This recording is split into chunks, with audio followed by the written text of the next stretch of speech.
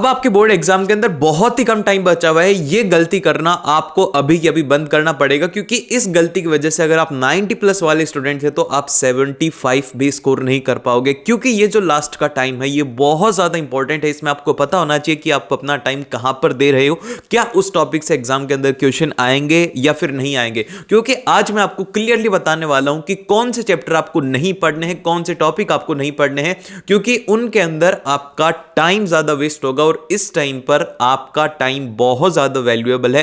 तो आपको ऐसी जगह पर अपने दिमाग को लगाना है जहां से कि आपको मैक्सिमम रिजल्ट मिल पाए।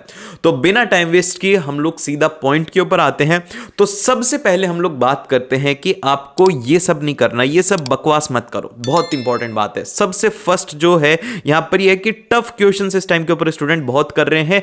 3 से 4 रेफरेंस बुक भैया हमने खरीद ली हैं, जो भी हमें बताई गई थी वो सब हम खरीद चुके हैं। अब हम उनके क्वेश्चंस कर रहे हैं, वो क्वेश्चंस हमसे हो नहीं रहे। वो टफ क्वेश्चंस आप लोग कर रहे हो कि भाई इलेक्ट्रिसिटी के ऐसे न्यूमेरिकल्स करने हैं कि भाई मेरे से ना हर एक न्यूमेरिकल हो जाए। तो मेरी बात ध्यान से सुनो, टफ क्वेश्चंस एग्जाम के अंदर नहीं आते। ये रियलिटी है। आप जब एकदम से अगर मीडियोकर प्रीवियस ईयर के क्वेश्चन देखोगे तो वो सिर्फ और सिर्फ मीडियम लेवल के क्वेश्चंस होते हैं, उनमें कोई भी हाई फाई कंसेप्ट नहीं लगा होता। और रेफरेंस बुक की एक खास बात है कि वो आपको एकदम से टफ क्वेश्चंस करवाएंगे और बहुत ज्यादा क्वेश्चंस करवाएंगे। इतने क्वेश्चंस करने की जरूरत नहीं है, नॉर्मल सा ये एक बोर्ड एग्जाम है।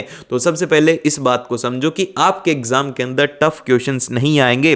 तो आपको इसकी जगह के ऊपर क्या करना है, सिर्फ और सिर्फ अपना फोकस रखना है एनसीईआरटी के ऊपर। अगर आप एनसीईआरटी कर लेते हो, फिर उसके बाद में पीवाईक्यूज कर लेते हो, देन फिर इसके बाद में प्रैक्टिस के लिए उनके ऊपर जा सकते हो। ठीक, इसके बाद में आता है सेकंड पॉइंट, जो कि है आपका क्वेश्चन बैंक की। भैया मैं ना अब ना क्वेश्चन बैंक कर लेता हूं, मेरे पास में ना बहुत ज्यादा टाइम। अरे कहां है आपके पास में टाइम, बस आखिरी के 10 दिन बचे हुए हैं। तो इसके अंदर आपको ये क्वेश्चन बैंक नहीं करना है, क्योंकि इसमें सिर्फ और सिर्फ आपका टाइम वेस्ट होगा। इसकी जगह के ऊपर आप रिवीजन करो या फिर कोई नए चैप्टर्स का आपको रिवाइज करना है जिनका कि एग्जाम में ज्यादा वेटेज रहेगा।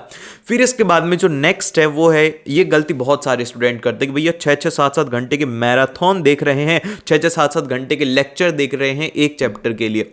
तो देखो भाई मेरी बात ध्यान से समझो, आपके पास में सिलेबस है बहुत सारा। अगर आप हर एक चैप्टर को 7 से 8 घंटे दोगे वीडियोस देखने में, उसके बाद आपको उसके क्वेश्चंस भी करने हैं, आपको पीवाईक्यूज भी करने हैं, तो आपका 1 से 2 दिन उसके अंदर चला जाएगा। तो क्या इससे आपको एग्जाम के अंदर बेनिफिट होगा? नहीं होगा।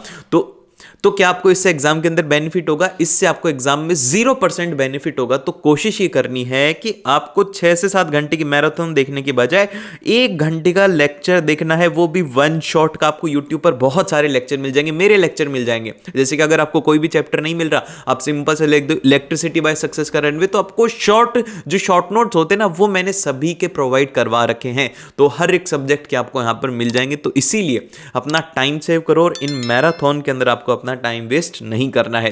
फिर इसके बाद में जो नेक्स्ट है, ये सबसे बड़ी गलती है, सारे स्टूडेंट इसको अभी भी कर रहे हैं कि राइटिंग प्रैक्टिस नहीं कर रहे। भाई भैया लिखने में जोर आ रहा है, लिखने में हमारा टाइम वेस्ट हो जाएगा। तो ये बात मेरी ध्यान से सुनो, अगर लिखोगे नहीं तो एग्जाम के अंदर पेपर कंप्लीट नहीं होगा। और कितना भी पढ़ लो, अगर एग्जाम नहीं दे पाए तो नंबर कहां से आएंगे। तो इसीलिए अभी के अभी अपनी राइटिंग प्रैक्टिस स्टार्ट कर दो, लिखना चालू कर दो, ताकि आपका हाथ को आदत पड़ जाए। ये ना हो कि 3 घंटे जाकर के देख रहे हो, हाथ दुखने लग गया, पेपर भी कंप्लीट नहीं हो रहा। ठीक है, तो ये गलती नहीं करनी है। आपको राइटिंग प्रैक्टिस अपनी प्रॉपर मेंटेन रखनी है। फिर इसके बाद में ये बात बहुत ज्यादा इंपॉर्टेंट है कि अब आपको सब कुछ नहीं पढ़ना है। सब कुछ पढ़ने की जरूरत नहीं है, क्योंकि सारे सिलेबस से क्वेश्चन नहीं आते हैं। आप लोगों का जो 20% एफर्ट्स है वो आपका 80% रिजल्ट डिसाइड करता है। क्योंकि देखो साइंस के अंदर कुछ ऐसे भी चैप्टर हैं जिनसे कि ज्यादा क्वेश्चन आते हैं। साइंस के अंदर ऐसे भी चैप्टर हैं जो कि लेंथी भी बहुत हैं, लेकिन उनसे क्वेश्चंस कम आते हैं as compare to other chapter. तो समझदारी किसमें? समझदारी इसमें है कि उस चैप्टर को छोड़ के दूसरे चैप्टर के ऊपर फोकस किया जाए और उन 2 चैप्टरों को कर लिया जाए जितना टाइम एक में लगाएंगे, तो उससे हमारे मार्क्स इंक्रीज होंगे। क्योंकि देखो सब कुछ पढ़ने से आपके मार्क्स इंक्रीज नहीं होंगे। आपका अल्टीमेट गोल ये है कि भैया हमें मार्क्स इंक्रीज करने हैं, तो हर एक चीज करनी जरूरी नहीं है। सिर्फ और सिर्फ वो चीज करो जो कि तुम्हारे एग्जाम के लिए इंपॉर्टेंट है। तो अब इसके बाद मैं आपको बताता हूं कि इंपॉर्टेंट क्या है। आपको एग्जाम के अंदर अच्छे स्कोर करना है तो बस ये 3 चीजें कर लो। सबसे पहला तो अपनी एनसीईआरटी को ही फॉलो करो और किसी भी चीज को फॉलो मत करो, क्योंकि सीबीएसई की जो बाइबल है ना वो एनसीईआरटी है। इसके बाहर वो कुछ भी नहीं पूछेंगे और आपकी जो मार्किंग होगी वो भी इसी के अकॉर्डिंग होगी। तो एनसीईआरटी को आपकी फर्स्ट प्रायोरिटी होनी चाहिए। फिर इसके बाद में सेकंड जो है वो है एनसीईआरटी क्वेश्चंस। अब स्टूडेंट क्या करते हैं, सबसे बड़ी मिस्टेक यही तो करते हैं कि टेक्स्ट बुक के जो प्रीवियस वाले क्वेश्चंस होते हैं उनको इग्नोर कर देते हैं, और कई बार ऐसा होता है कि एज इट इज एनसीईआरटी के क्वेश्चंस एग्जाम के अंदर आ जाएंगे, तो उस टाइम पर लगेगा काश मैं पढ़ लेता। तो ये ना हो, तो इसीलिए ध्यान रखना है कि एनसीईआरटी क्वेश्चंस करना बहुत ज्यादा जरूरी है, खास करके साइंस के अंदर इन टेक्स्ट वाले क्वेश्चन भी इसमें इंपॉर्टेंट है।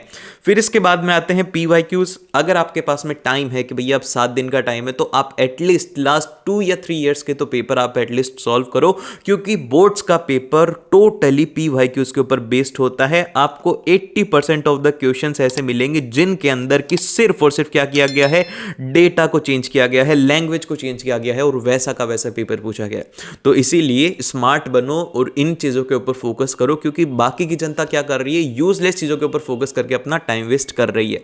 फिर इसके बाद में जो हमारा नेक्स्ट है, अब आपको अपनी कैटेगरी बनानी होगी। आपको ये पता होना चाहिए कि भाई ये मेरी फर्स्ट प्रायोरिटी, ये मेरी सेकंड प्रायोरिटी है, तो आपको ये फर्स्ट प्रायोरिटी के अंदर अपने वो चैप्टर रखने और इन्हीं को ही सबसे पहले करना है। वो रहेंगे आपके सबसे पहले वो chapters, revision of completed chapter, ऐसे चैप्टर जो कि आपने पढ़े थे लेकिन उनकी प्रैक्टिस नहीं करी, तो आपको थोड़ा सा याद है कि भाई पढ़ा था मैंने, तो उनको सबसे पहले आपकी प्रायोरिटी रहनी चाहिए, क्योंकि ऐसा कुछ ना हो जिसके अंदर कि हमारा जो किया हुआ है वो छूट जाए। तो सबसे पहले हमें वो करना है जो कि हम कंप्लीट कर चुके हैं, उसका रिवीजन हमें अच्छे से करना और उसके क्वेश्चंस हमें करना, ये हमारी फर्स्ट प्रायोरिटी रहेगी।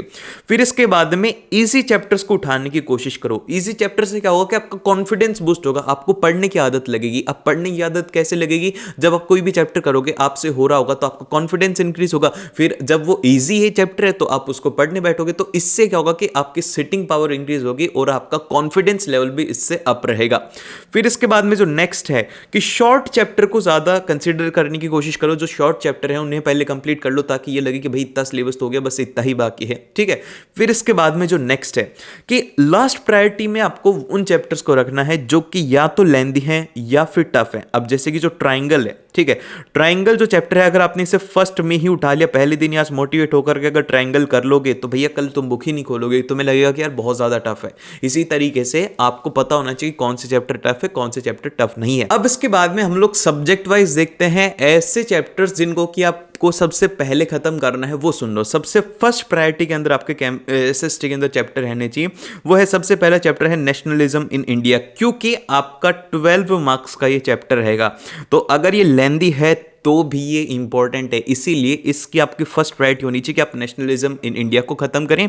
फिर उसके बाद में मैन्युफैक्चरिंग इंडस्ट्री को नहीं छोड़ना है, और फेडरलिज्म एक इंपॉर्टेंट चैप्टर है, इससे भी 6-7 मार्क्स का आपके एग्जाम के अंदर आता है। फिर इसके बाद में है outcomes of democracy. Outcomes of democracy भी एक इंपॉर्टेंट चैप्टर है, इससे भी आपके एग्जाम के अंदर 6 मार्क्स का आता है। और जो लास्ट है वो है सेक्टर ऑफ इंडियन इकोनॉमी। ये एक बहुत ज्यादा इंपॉर्टेंट चैप्टर है, इससे लास्ट ईयर 10 मार्क्स का आया था।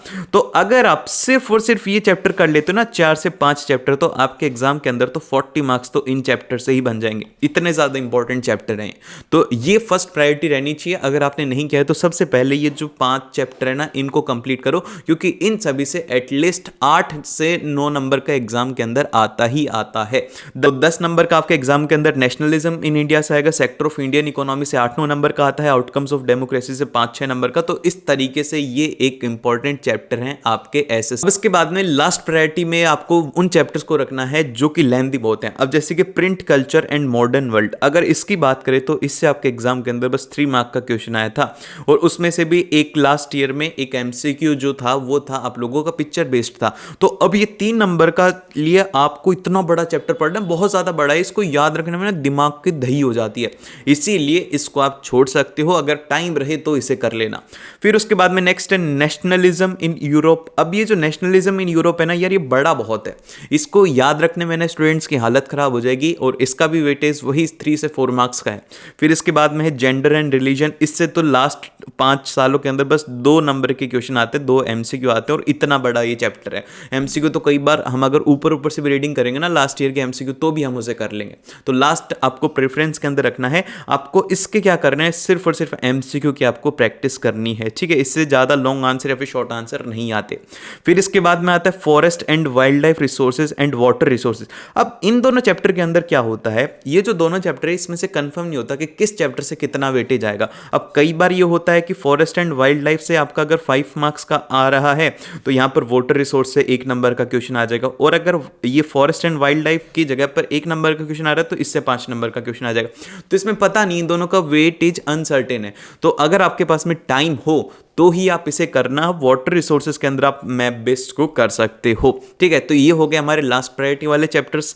अब इसके बाद में चलते हैं साइंस के वो चैप्टर जो कि सबसे पहले हमें कंप्लीट करने हैं। उसमें आएगा पहला चैप्टर है, वो है आपका आवर एनवायरनमेंट। अब ये जो चैप्टर है ना, इसका वेटेज आपको पता है कितना एग्जाम के अंदर, इसका है 6 मार्क्स का। ठीक है, बहुत ही छोटा सा चैप्टर है, 1 घंटा भी नहीं लगेगा आपको खत्म करने में, ये 6 मार्क का आएगा। फिर उसके बाद में एसिड बेसिस एंड सॉल्ट, ये भी आपके एग्जाम के अंदर 8 मार्क्स का आने वाला है, इससे 8 मार्क्स के क्वेश्चन आए थे लास्ट ईयर। फिर इसके बाद में आता है आपका लाइफ प्रोसेस। जो लाइफ प्रोसेस है ना, लाइफ प्रोसेस से आपके एग्जाम के अंदर 10 नंबर के क्वेश्चन आएंगे। देख रहे हो कितने ज्यादा हैवी वेटेज वाले, तो इनको आपको फर्स्टली कंप्लीट करना, अगर नहीं किए तो इन्हें करो। फिर उसके बाद में रिप्रोडक्शन है, रिप्रोडक्शन भी आपका 10 मार्क्स के अंदर इंपॉर्टेंट क्वेश्चन रहेंगे। और magnetic effect of electric current, इससे आपका 6 या फिर 8 मार्क्स के क्वेश्चन आते हैं।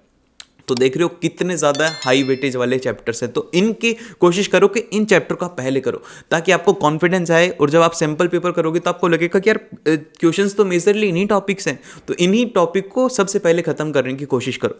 फिर उसके बाद में आते हैं नेक्स्ट, जो लास्ट में हमें करने हैं वो है कंट्रोल एंड कोऑर्डिनेशन। बहुत बड़ा चैप्टर है, इससे एग्जाम के अंदर बस 3 नंबर के क्वेश्चन आए थे लास्ट ईयर।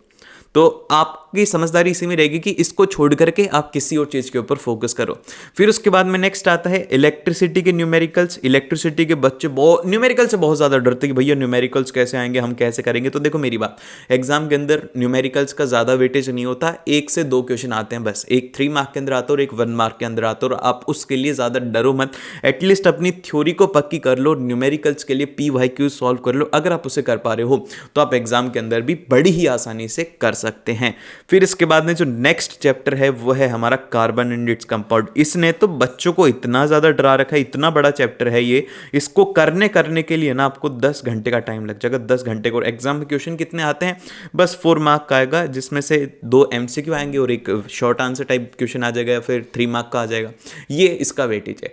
फिर इसके बाद में जो नेक्स्ट है लाइट के न्यूमेरिकल्स। लाइट में जो न्यूमेरिकल्स हैं बहुत आप लोगों के, जैसे कि आपने देखा होगा रिफ्रैक्टिव इंडेक्स के न्यूमेरिकल्स, पावर ऑफ लेंस के, तो ये न्यूमेरिकल्स थोड़े इंपॉर्टेंट हैं, इनको देख लेना, क्योंकि कई बार सीधे एग्जाम के अंदर आ जाते हैं। और इनके न्यूमेरिकल में अपना टाइम वेस्ट नहीं करना है और डीमोटिवेट नहीं होना अगर न्यूमेरिकल्स नहीं हो रहे हैं तो। और फिर इसके बाद में जो नेक्स्ट है हमारे पास में वो है मैथमेटिक्स। अब देखो मैथमेटिक्स के अंदर है ना, फर्स्ट प्रायोरिटी में आपको रखने सबसे इंपॉर्टेंट चैप्टर जो कि है हमारे स्टैटिस्टिक्स एंड प्रोबेबिलिटी, जो कि मुझे चांसेस पता है 100% पता है कि मैक्सिमम स्टूडेंट ने इसे नहीं कर रखा। तो इसका वेटेज आपको मैं बताता हूं, इससे 13 से 14 मार्क्स का क्वेश्चन आएंगे आपके एग्जाम के अंदर, 13 से 14 मार्क्स। और इसके बाद में रियल नंबर्स हो गया, पेयर ऑफ लीनियर इक्वेशन हो गया, इन दोनों से हर साल 6-6 नंबर के क्वेश्चन आते हैं, 12 नंबर ये हो गए। ठीक है, फिर उसके बाद में अर्थमेटिक प्रोग्रेशन, इससे आप लोगों के हर साल 5 मार्क्स का क्वेश्चन आता है, फॉर्मूला बेस्ड आएगा। अर्थमेटिक प्रोग्रेशन में ज्यादा कुछ नहीं आएगा, सिंपल फॉर्मूला बेस्ड आएंगे, जैसे एनसीईआरटी के पीछे वाले क्वेश्चन से वैसे ही आने वाले हैं। तो समझ रहे हो इतना ज्यादा वेटेज है। फिर लास्ट के अंदर है एप्लीकेशन ऑफ ट्रिग्नोमेट्री। जितना ट्रिग्नोमेट्री का वेटेज है उतना ही इसका भी वेटेज है, इससे भी आपको 6 मार्क्स के क्वेश्चन देखने को मिलेंगे। तो ये आपकी फर्स्ट प्रायोरिटी होनी चाहिए, क्योंकि ये है सबसे ज्यादा वेटेज वाले चैप्टर जो कि आपकी फर्स्ट प्रायोरिटी होनी चाहिए। फिर इसके बाद में जो नेक्स्ट आता है वो आता है आपके लास्ट प्रायोरिटी चैप्टर्स, जो कि आपको लास्ट में ही करने हैं। अगर आपने नहीं किए हैं तो कोशिश करना कि आप इसे लास्ट में करें। जैसे कि ट्राइंगल्स हो गया, अगर आप ट्राइंगल को पहले दिन लेके बैठोगे आप मैथ्स को पढ़ोगे नहीं। ट्रिग्नोमेट्री हो गया, one of the toughest student को लगता है, जिससे सबसे ज्यादा डर लगता है वो है ट्रिग्नोमेट्री, तो इसको आपको अवॉइड करना है। अगर नहीं किया है लास्ट के लिए आप इसे रखेंगे। और सरफेस एरिया एंड वॉल्यूम आप इसे भी लास्ट के लिए रखेंगे, क्योंकि ये जो चैप्टर है ये टाइम कंज्यूमिंग है और इसके अंदर फॉर्मूलाज हैं जो कि स्टूडेंट को डराते हैं। ठीक है, तो ये 3 चैप्टर आपको लास्ट प्रायोरिटी में रखने हैं। फिर इसके बाद में जो नेक्स्ट आता है हिंदी और इंग्लिश के लिए हमें क्या करना है। हिंदी और इंग्लिश के लिए आपको सबसे फर्स्ट जो है आपकी प्रायोरिटी होनी चाहिए एनसीईआरटी के क्वेश्चंस। उसमें से आपको जो लॉन्ग आंसर वाले क्वेश्चंस है उसमें से आप कीवर्ड निकालो और उससे करने की कोशिश करो। राइटिंग प्रैक्टिस इन दोनों में बहुत ज़्यादा इंपॉर्टेंट रहेगी, खास करके जिन भी स्टूडेंट के हिंदी है या फिर संस्कृत है, अपनी राइटिंग प्रैक्टिस को मेंटेन करके रखना, क्योंकि एग्जाम में पेपर छूटेगा।